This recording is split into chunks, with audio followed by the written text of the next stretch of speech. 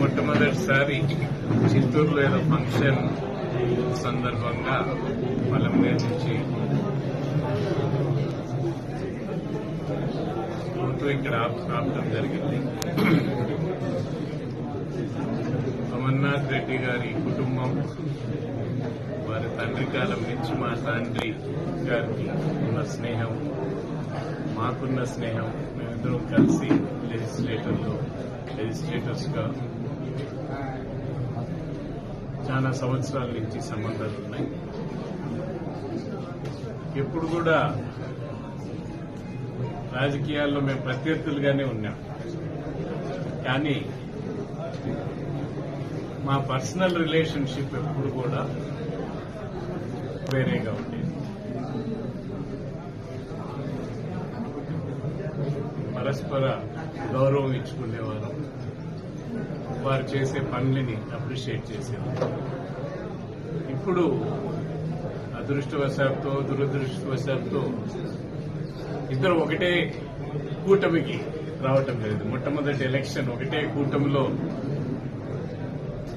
ఉండి పెద్ద ప్రజలు ఇచ్చిన మ్యాండేట్, ఆంధ్రప్రదేశ్ రాష్ట్రంలో జరుగుతున్న అవినీతి అరాచక పాలనకి చర్మగీతం పాడుతూ పెద్ద మ్యాండేట్ ఈ మూడు పార్టీలకి, తెలుగుదేశం నాయకత్వంలో బీజేపీ, జనసేన పార్టీలకు పెద్ద మ్యాండేట్ ఇవ్వటం, చంద్రబాబు నాయుడు గారు మరోమారు ముఖ్యమంత్రి కావటం, అక్కడ మోడీ గారు మరోమారు ప్రధానమంత్రి కావటం చాలా ప్రజలకు, ఆంధ్రప్రదేశ్ ప్రజలకు మేలు చేసే విధంగా ప్రజల తీర్పు ఉన్నదనేది స్పష్టంగా అర్థమవుతా ఉంది. అమరావతి క్యాపిటల్కి ఏదైతే నిధులు కావాలని రాష్ట్ర ప్రభుత్వం కోరిన 15,000 కోట్లను వారు రిలీజ్ చేయడం జరుగుతూ ఉంది. అదేవిధంగా మనకు పోలవరం ప్రాజెక్ట్ త్వరగా పూర్తి చేయాలి. ఏదైతే ప్రజల ఆశ, ప్రజలకున్న నీటి ఇబ్బందుల్ని తీర్చేదానికి దేశంలోనే అతి గొప్ప ప్రాజెక్ట్ పోలవరం ప్రాజెక్ట్. 7,20,000 కొత్త ఆయకట్టుకి, అదేవిధంగా గోదావరిలో 10 లక్షల స్థిరీకరణకు, 10 లక్షల ఎకరాల స్థిరీకరణకు, కృష్ణాలో 13, కృష్ణా బేసిన్ కింద 13 లక్షల స్థిరీకరణకు, అంటే 23 లక్షల ఎకరాల స్థిరీకరణ, 7,20,000 న్యూ కొత్త ఆయకట్టు, 960 మెగావాట్స్ హైడ్రో ఎలక్ట్రిసిటీకి తోడ్పాటయ్యే ప్రాజెక్ట్ అది. మనకు హైడ్రో ఎలక్ట్రిసిటీ అంటే మనకు 10 పైసలు 15 పైసలకు యూనిట్ వస్తుంది. దాన్ని త్వరగా పూర్తి చేసేదానికి ప్రభుత్వం, 2 ప్రభుత్వాలు కూడా, కేంద్ర ప్రభుత్వం, రాష్ట్ర ప్రభుత్వం కంకణం కట్టుకుని పూర్తి చేయాలి. పోలవరం పూర్తి అయితే మన ప్రాంతాలకంతా కూడా కృష్ణా నీళ్లు తెచ్చుకునేదానికి ఆస్కారం ఉంది. ఇది చాలా మందికి శ్రీశైలం నుంచే నీరు మనం తీసుకునేదానికి ఆస్కారం ఉంటుంది.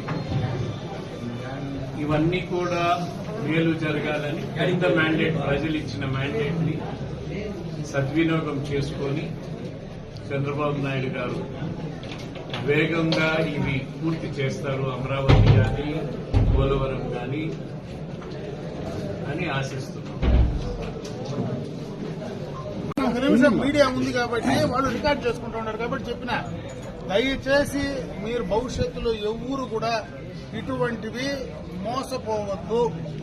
రూపాయికి 10 రూపాయలు ఇచ్చేది, రూపాయికి 100 రూపాయలు ఇచ్చేది అనేది చరిత్రలో జరగని పని. ఈ భూ ప్రపంచంలో ఏ దేశంలో గాని, ప్రపంచంలో ఏ మూల గాని అంత డబ్బులు ఇచ్చే పరిస్థితి లేదు. అత్యాశకు పోతే మనకు ఎప్పటికైనా ప్రాబ్లం వస్తుంది. దయచేసి భవిష్యత్తులో ఇటువంటివి నమ్మద్దండి. మీకు ఎప్పుడన్నా అనుమానం వస్తే నేను ఇక్కడ ఖాళీ కూర్చొని ఉండా, ఎప్పుడు వచ్చి నన్ను ఒక మాట అడిగినా కూడా నేనే చెప్పింటా, ఇది చేయండి అమ్మా, ఇది తప్పు, ఇది రైట్, ఇది రాంగ్ అని. నేనేమో బయట లేను కదా, ఈ ఊర్లోనే ఉండా కదా. ఒక నిమిషం నాయటటువంటి వచ్చి అడిగి ఇదేమన్నా పర్వాలేదా చేతుమా వద్దా అంటే వద్దు తల్లి డబ్బు పోగొట్టుకుంటావు అని చెప్పి పాపుదే చెప్పేసి ఉంటాయి కదా. ఇది మొత్తము ఎంత డబ్బు తీసినాడో మొత్తము బ్యాంకు దీంతోనే తీసినాడు. దానికి 6% ఇది ట్యాక్స్ కట్టించుకున్నారు. దానికి ట్యాక్స్ పడతామంటే 6% ట్యాక్స్ ప్లస్ వచ్చి మొత్తం అకౌంట్ లో వేసి తీసుకున్నాడు. బై హ్యాండ్ తీసుకోలే, ₹1 కూడా చేతిలో తీసుకోలేదు.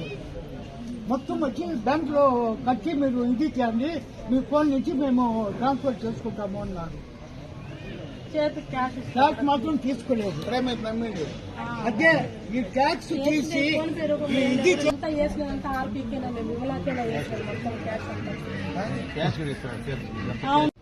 పలమనేరు పట్టణంలో గాని పరిసర ప్రాంతాల్లో గాని కొత్తగా ఒక డై యాప్ అనేటువంటి యాప్ ద్వారా డబ్బులు ఏ రకంగా మోసం జరిగిందనేది ఈరోజు బాధితులు కూడా చెప్పడం జరిగింది.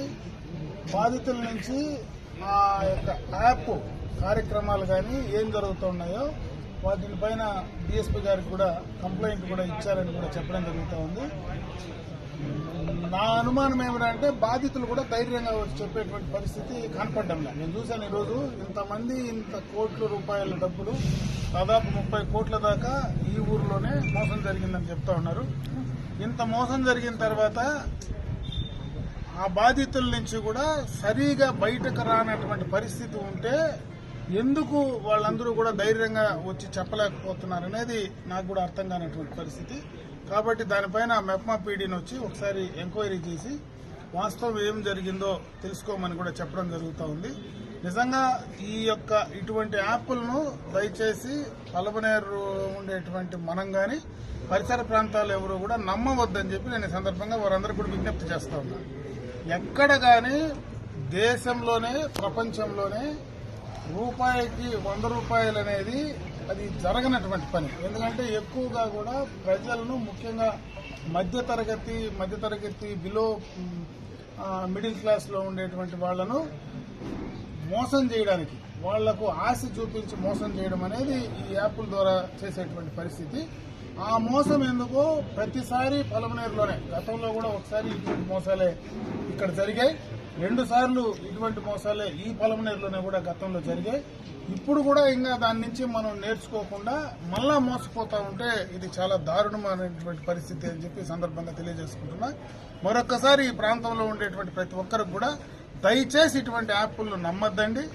జరిగినటువంటి నష్టం ఏదైనా ఉంటే దాని పోలీస్ కంప్లైంట్ ఇచ్చారు కాబట్టి ఏ రకంగా ఏం జరిగిందనేది పూర్తి స్థాయిలో వాళ్ళు విచారణ చేయనివ్వండి. విచారణ చేసిన తర్వాత ఏ రకంగా బాధితులకు న్యాయం చేయాలని తర్వాత మనం నిర్ణయం తీసుకొని చేసే కార్యక్రమం చేద్దాం. నాకు కూడా పూర్తి స్థాయిలో దీనిపైన అవగాహన కూడా లేదు.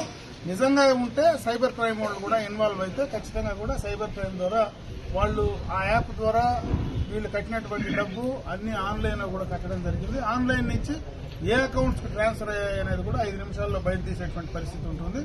అటువంటిది ఏదైనా ఉంటే ఇమ్మీడియట్ గా వాళ్లకు ఎవరైతే నష్టపోయారో వాళ్లకు నష్టపరిహారం ఇమ్మీడియట్ గా కూడా చెల్లించమని చెప్పి డిమాండ్ చేస్తారు.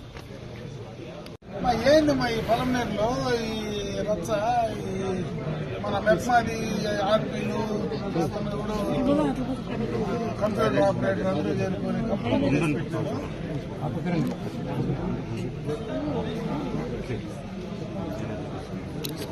ఎవరికి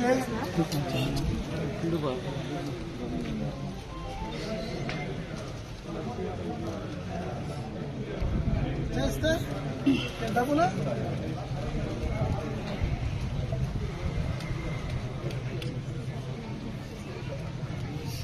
అవును, ఇది డై యాప్, చనిపోయే యాప్.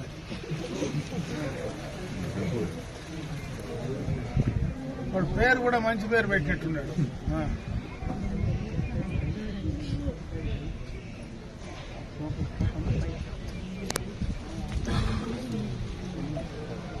చెప్పలేదమ్మా, చాలా మంది ఇన్వాల్వ్ అయిపోయినారు దీంట్లో, చాలా పెద్ద సిస్టమ్.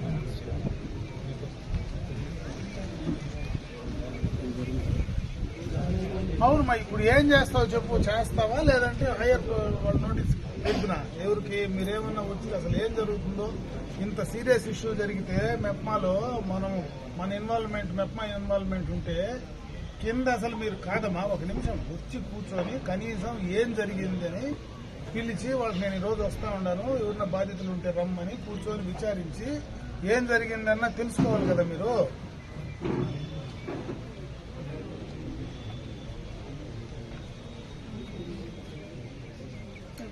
మొత్తం ఇప్పుడు వాళ్ళు డిఎస్పీ దగ్గర చేయడం అనేది ఒక ఆప్షన్ అమ్మా. ఇప్పుడు ఉండేది ఇన్వాల్వ్మెంట్ మెప్మా వాళ్ళది ఉందంటే మీరు సీరియస్ గా పోవాలి కదా, అది కదా నేను అడిగేది.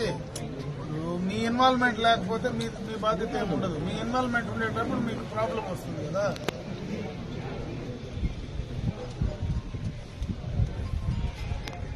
కాయప్ప అదేడా కాయప్ప దాంట్లో ఎవరు కట్టారు? దీంట్లో స్టార్ట్ చేయాలి, వేరే వాళ్ళు కట్టింది.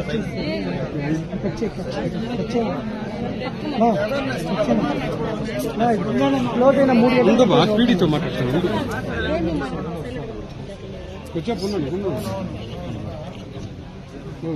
చూడండి ఇప్పుడు నెక్స్ట్ ఏం చేయాలి? ఇప్పుడు ఎక్కడో ఒకసారి డబ్బు అయితే వాడు కూడా పెట్టుకుని ఉంటాడు కదా, ఒకే దినం తినేయడు కదా మొత్తము. మరి నేనైతే ఉంటానమ్మా, నాతో పని వద్దు. నేను చెప్పేది ఏమిరా అంటే మనీ రికవరీ ఏ రకంగా చేస్తారు, మీరు గవర్నమెంట్ నుంచి ఎంత యాక్షన్ తీసుకోవాలా, ఎవడెవడు ఇన్వాల్వ్ అయ్యి ఫండ్ ఎక్కడికి డబ్బులు పోయిందో అంతా కట్టింటే యాప్లోనే కట్టింటారు కదా, ఎక్కడో ఒక చోట అకౌంట్లో అవి రిజిస్టర్ అయి ఉండాలి కదా. ఎవరి అకౌంట్లో డబ్బులు పోయినా ఏం జరిగిందనేది చూస్తే ఎక్కడ డబ్బులు ఉన్నాయనేది వాడిని రికవరీ చేసేదానికి ఒకే దినం మొత్తం ఖర్చు పెట్టి తినేయలేడు కదా వాడు ఇన్ని కోట్ల రూపాయలు. అప్పుడు కనీసం కొంతవరకు వాళ్లకు బ్యాలెన్స్ చేయడానికి అవకాశం ఉంటుంది కదా. మీరు ఇమ్మీడియట్ గా డేట్ ఇచ్చి మున్సిపాలిటీలో వచ్చి కూర్చొని అసలు ఏం జరిగిందో వచ్చి ఎవరన్నా మీతో వచ్చి చెప్పుకుంటారా, మాట్లాడతారా? మీరు అనౌన్స్ ప్రెస్ కు వచ్చి రమ్మనండి, మెప్పా పైన చెడ్డ వస్తుంది. కూర్చొని మొత్తము ఏం జరిగిందో చూడండి. ఒకవేళ మీరు మీ నోటీసులో లేకపోతే నేను డీజీకి చెప్తా, డీజీకి చెప్పి వాటి నుంచి సీరియస్ గా పోతే ఎత్తకపోతారు. ఆడికి ఎత్తకపోతే ఎవడెవడు అకౌంట్ లో యాడ్ ఉంది, ఎక్కడికి పోయింది అనేది మొత్తం తీస్తారు బయటకు. డిఎస్పీ సాలడమ్మా, డిఎస్పీ ఏమిటి సరిపోతాడు ఈ కేసులకు. నీకు హైయర్ లెవెల్లో స్టేట్ లెవెల్లో రావాలా వాళ్ళు. నేను డీజీకే చెప్తానమ్మా, చెప్తాను. మీరు అసలు ముందు నాకు అర్థం కావడం లేదు, ఎవరు బాధితులు కూడా బయటకు రావడం లేదు. నేను అక్కడ విడ్డూరంగా ఉంది, అది కదా నేను అందుకే మిమ్మల్ని రమ్మంటా ఉన్నాను.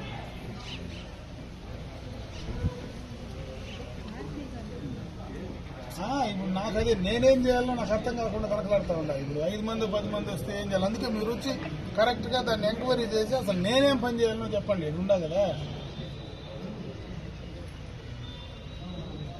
మీరు నాతో మాట్లాడేదానికంటే వాళ్ళతో మాట్లాడండి అమ్మా కూర్చొని, అసలు ఏం జరిగిందో. ఇప్పుడు వాళ్ళకి రికవరీ కావాలి కదా, కనీసం మిగతా వాళ్ళు రానోళ్ళని వదిలే. ఇప్పుడు వచ్చిండే వాళ్ళు ఎవరున్నారో వాళ్ళకన్నా డబ్బులు వసూలు కావాలి కదా. రానోళ్ళకి డబ్బులు ఎక్కువ ఉండేవాళ్ళు ఇంట్లోనే ఉండలే. మనకు నీకు వచ్చిన నష్టంలే, నాకు వచ్చిన నష్టంలే. కడుపు నొప్పి ఎవరికి వచ్చిందో వాళ్ళదన్నా క్లియర్ చేయాలి కదా. నా దగ్గర ఉంది, నాకు ఈ రిప్రజెంటేషన్ ఇచ్చినారు. దీంట్లో ఎవరు ఉండదో వాళ్ళది క్లియర్ చేయించండి. నేను నీకు మళ్ళీ పంపిస్తాను రాసి, ఇది క్లియర్ చేయించండి. మిగతాది ఏదన్నా ఎక్స్ట్రా ఉంటే ఎవడన్నా వస్తే మాట్లాడదాం, రాకుండా వాళ్ళు మాట్లాడుకునేటట్లయితే నీకు నాకు పనిలే, సమస్య ఉంటుంది. అట్లా చేయండి. 300 వేసుకుంటే 60 రూపాయలు 2 రోజులకి ఇట్లా డబ్బులు 40,000 వేసుకుంటే 80,000 ఇట్లా చెప్పి అందరూ దీంట్లో ఇన్వెస్ట్ చేస్తున్నారు.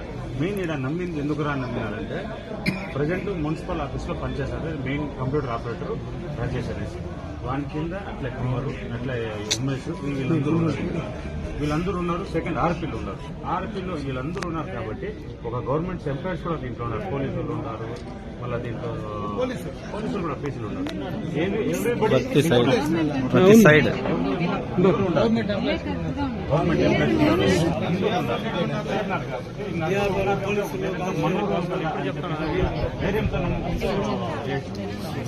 ప్రతి ఒక్కరు వేసినారు, ఒకరు కూడా సుమారు 8,000 మంది ఉంటారు. సుమారు 5,000 మంది పైన ఉన్నారు. 5,000 మంది పైన 5,000 మంది పైనే ఉన్నారు సార్. కానీ కొంతమంది బాధితులు బయటకు వచ్చే భయపడతారు. ఇంట్లో ఊర్లో కాకుండా బయట ఊరిని కూడా వేసింటారు. బయట బ్యాంక్ సపోర్ట్ వేసింటారు.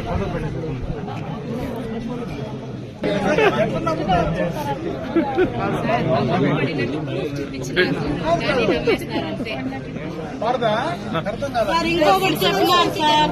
ఎప్పుడు నమ్మదన్నమ్మా ఇది 4వ సారి 5వ సారి మనకు జరిగింది. సార్ ఇంకొకటి చెప్పినారు సార్ వాళ్ళు